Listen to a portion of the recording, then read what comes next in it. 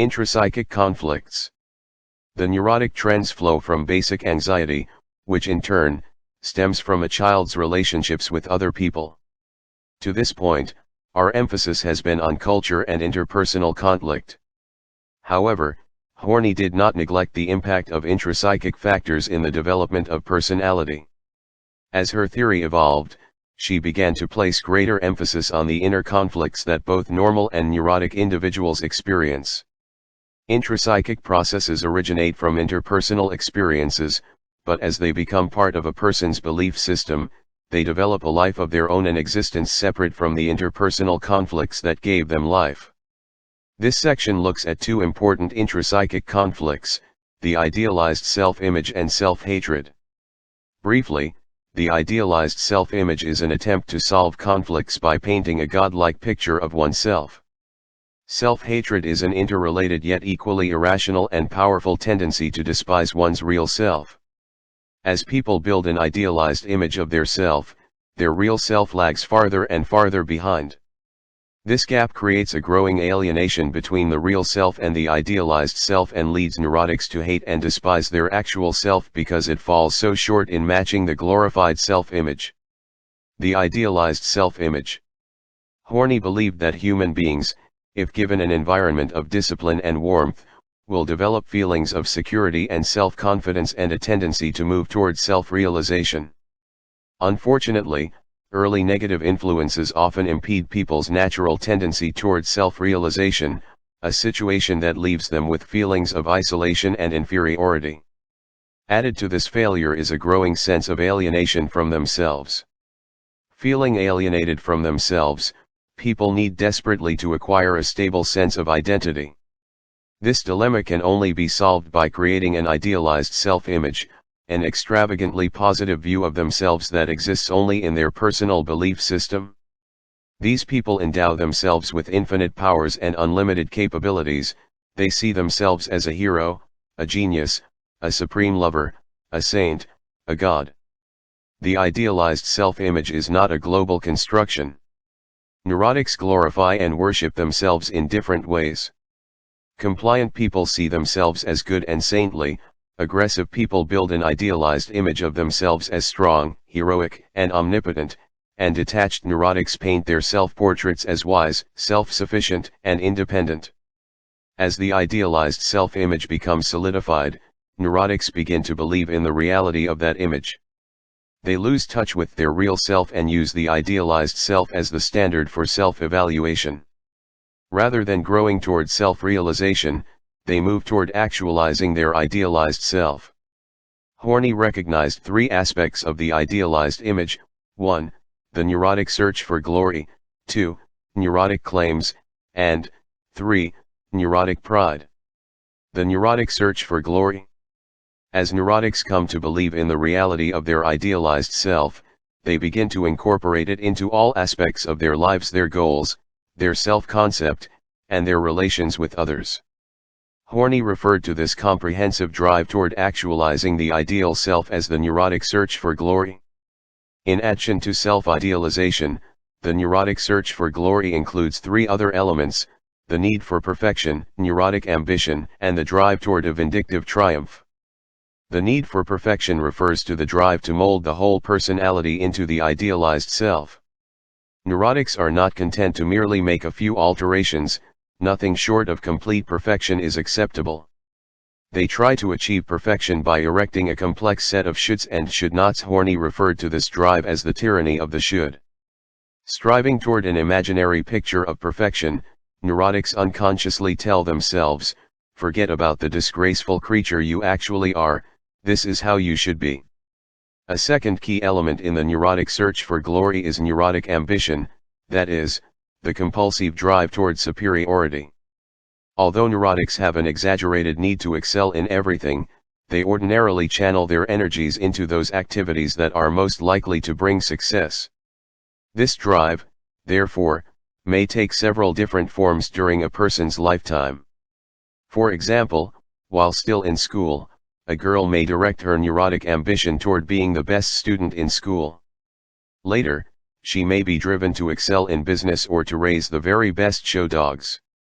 Neurotic ambition may also take a less materialistic form, such as being the most saintly or most charitable person in the community.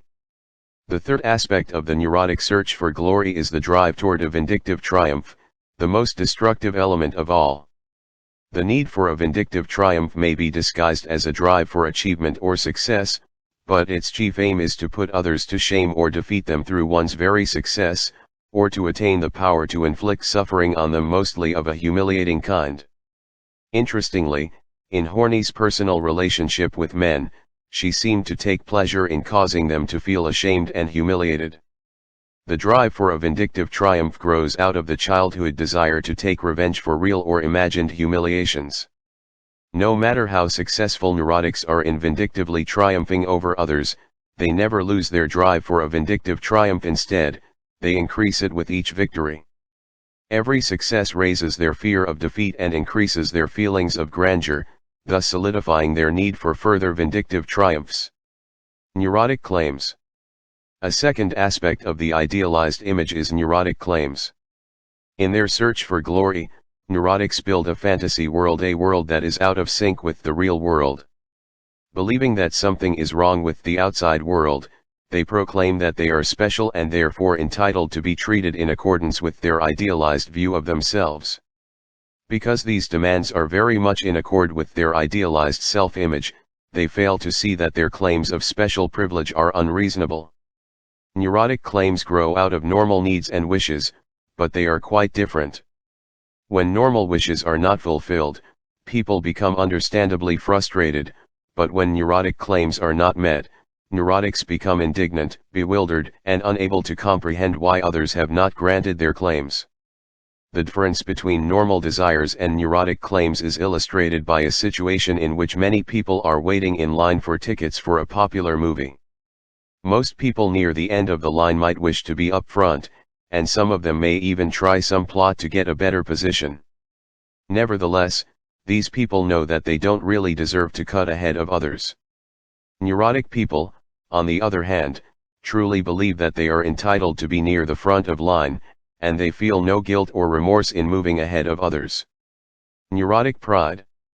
The third aspect of an idealized image is neurotic pride, a false pride based not on a realistic view of the true self but on a spurious image of the idealized self. Neurotic pride is qualitatively different from healthy pride or realistic self-esteem. Genuine self-esteem is based on realistic attributes and accomplishments and is gender dignity. Neurotic pride, on the other hand, is based on an idealized image of self and is usually loudly proclaimed in order to protect and support a glorified view of oneself. Neurotics imagine themselves to be glorious, wonderful, and perfect, so when others fail to treat them with special consideration, their neurotic pride is hurt. To prevent the hurt, they avoid people who refuse to yield to their neurotic claims, and instead, they try to become associated with socially prominent and prestigious institutions and acquisitions. Self-hatred. People with a neurotic search for glory can never be happy with themselves because when they realize that their real self does not match the insatiable demands of their idealized self, they will begin to hate and despise themselves. The glorified self becomes not only a phantom to be pursued. It also becomes a measuring rod with which to measure his actual being.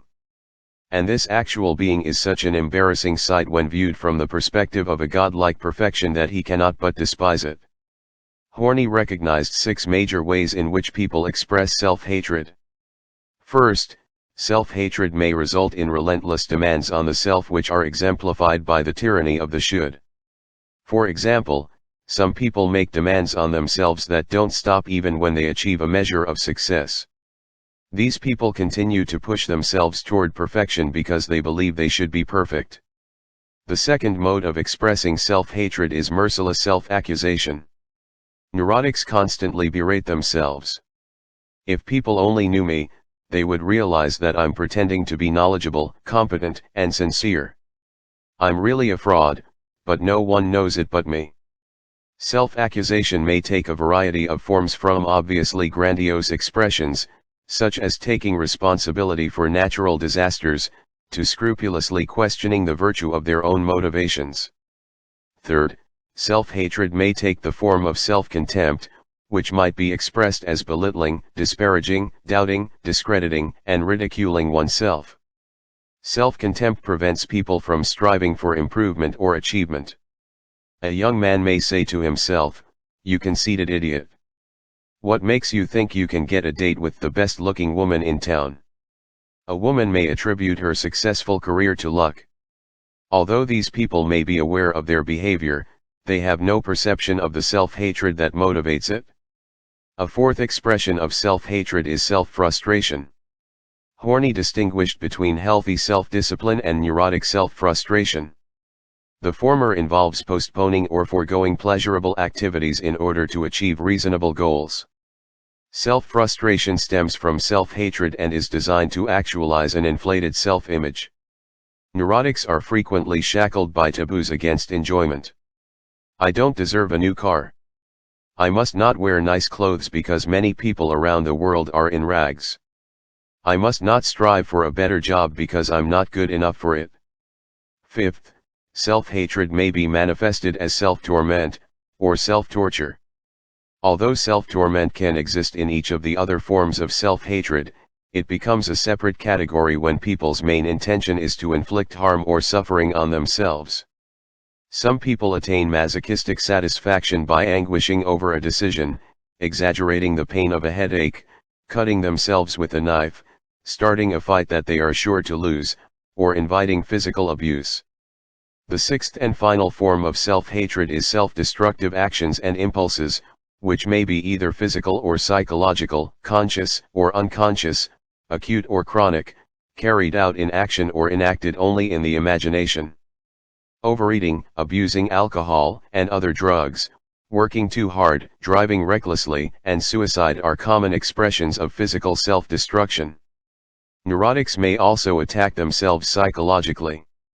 For example, quitting a job just when it begins to be fulfilling, breaking off a healthy relationship in favor of a neurotic one, or engaging in promiscuous sexual activities. Horney summarized the neurotic search for glory and its attendant self-hatred with these descriptive words: surveying self-hate and its ravaging force, we cannot help but see in it a great tragedy, perhaps the greatest tragedy of the human mind. Man, in reaching out for the infinite and absolute, also starts destroying himself. When he makes a pact with the devil, who promises him glory, he has to go to the hell within himself.